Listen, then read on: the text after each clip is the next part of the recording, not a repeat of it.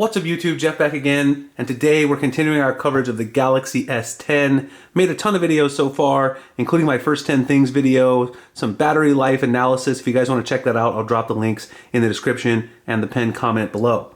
Today I'm doing a very popular video from last year with the Galaxy S9, and that is the top 5 problems with the Galaxy S10 and how to solve them. Now these are not issues that are deal breakers with the phone, they're just little nagging things that people have talked to me about on Twitter or other reviewers have addressed, and I want to talk about some things that you can do to mitigate some of those problems. So I'm going to get into that list, and as usual I'll have a pinned comment below that also has the text list and a timestamped sort of code if you want to skip around the video and go to the things that are most interesting to you. But before I do that, I do want once again to talk about my friends over at Declutter. If you're thinking about upgrading to the Galaxy S10 or you've already pre-ordered and you're interested in recouping some of your money, you can do so with my friends at Declutter by selling your old device. They are the fast and easy way to sell your old cell phone. Some of the best things about Declutter is that you can get a free instant valuation from them. Just go over to their website, which you can see right there. You can also ship them your phone for free, and they'll also pay you for the phone the day after they receive it. They also pay up to 33% more than carrier buyback programs on certain devices. So if you're thinking about upgrading to the Galaxy S10, or you want to get some of your money back from your pre-order using your old devices, you can also sell tablets, you can also sell media, CDs, DVDs, games, and books. Do so with my friends over at Declutter. You can also use my code, which is Jeff5, Jeff5, which will be in the description below, and use my link to support the channel today over at declutter.com. Alright YouTube, so let's go ahead and get into those top 5 problems and how to solve them. Now the Galaxy S10 has the brand new Samsung One UI, which in my experience so far has been very fast, fluid, and easy to use. However, a lot of people sometimes want a little bit more speed. They like the animations to be a little quicker than they are, and they like the navigation around the UI to be a bit snappier. The good news is you can use a classic Android trick to fix this issue. All you have to do is go into your settings, then go down to About Phone, which you'll see right there. Developer options will appear right here at the bottom of your screen. And if you go into developer options, you can scroll through the long list of options that are there. And near the bottom here of the list, you'll notice that there are some options to change the animation scale. Now, if you want to speed up your animations a little bit, you can go ahead and set all of these to say a half.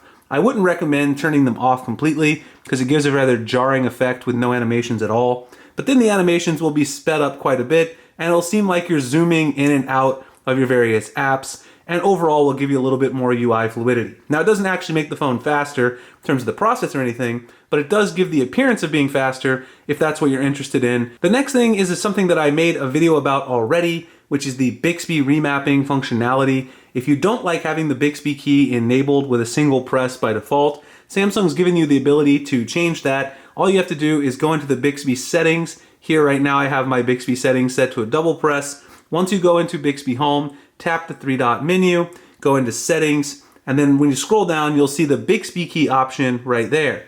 Now when you tap on the Bixby key option, you'll want to go into double press to open Bixby, which will basically turn off the single press to open Bixby and allow you to use that to map it to something else. Now once you go into the single press menu, you'll be able to map it to various apps, pretty much any app on your device, or if you want, you can also map it to various commands. So you'll see here I can go through and choose any of my apps, Gmail, eBay, etc. If you're interested in mapping it to Google Assistant, my friends over at XDA Developers have come up with a nice way to do this, and that's exactly what I'm running right now, which is using the Bixby button remapper right there. I'll drop the link below to download it. You can also see my original video on this for the full longer tutorial if you're interested.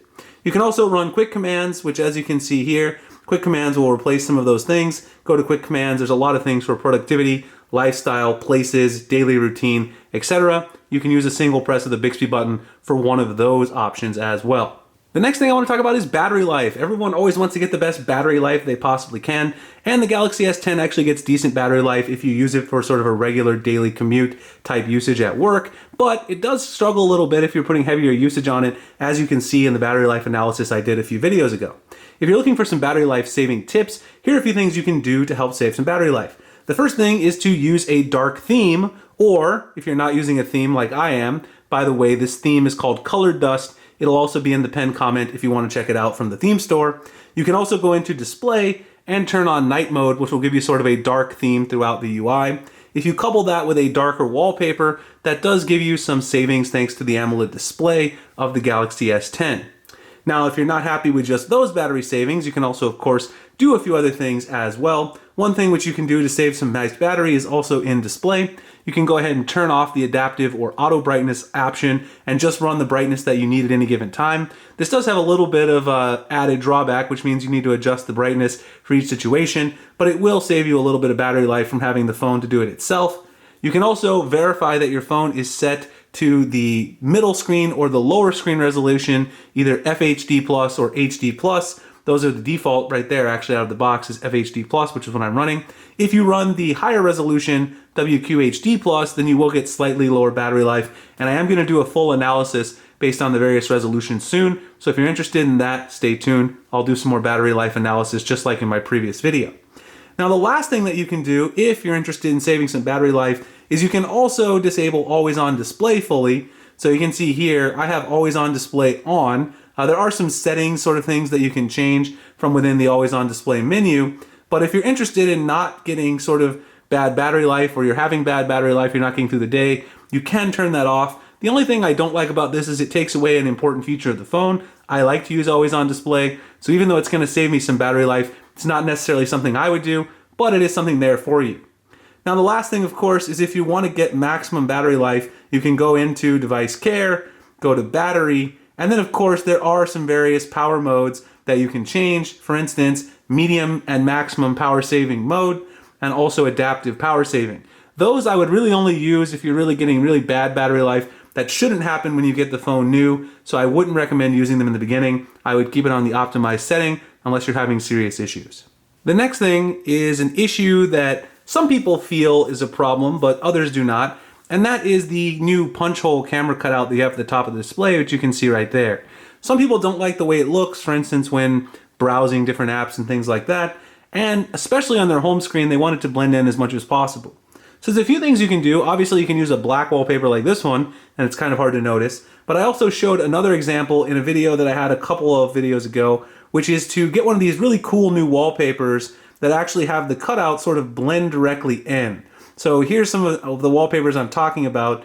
This one, like from BB-8, if you set the wallpaper there, the wallpaper now sort of blends right in with BB-8, sort of looking right at you. It's a very clever use of the camera cutout and definitely makes it blend in with the front of your device. Also, the rest of the wallpaper is black, so it also gives you that battery savings that we were talking about before. Now, there's a couple of artists that have been making these. I talked about the first artist who was making them in the original video if you want to check it out, but I will link their Twitter profiles below because they do deserve all the credit for making these punch hole hiding wallpapers. And if you're interested in downloading any of them, they do have a number of them available at this point. The final issue some people have had with the phone in the beginning is fingerprint recognition. Of course, the Galaxy S10 has the new in-display fingerprint reader, the ultrasonic technology, and I found it to be very accurate, but some YouTube reviewers and other bloggers who reviewed the phone in the beginning had problems opening it, and that stemmed largely from a couple of things.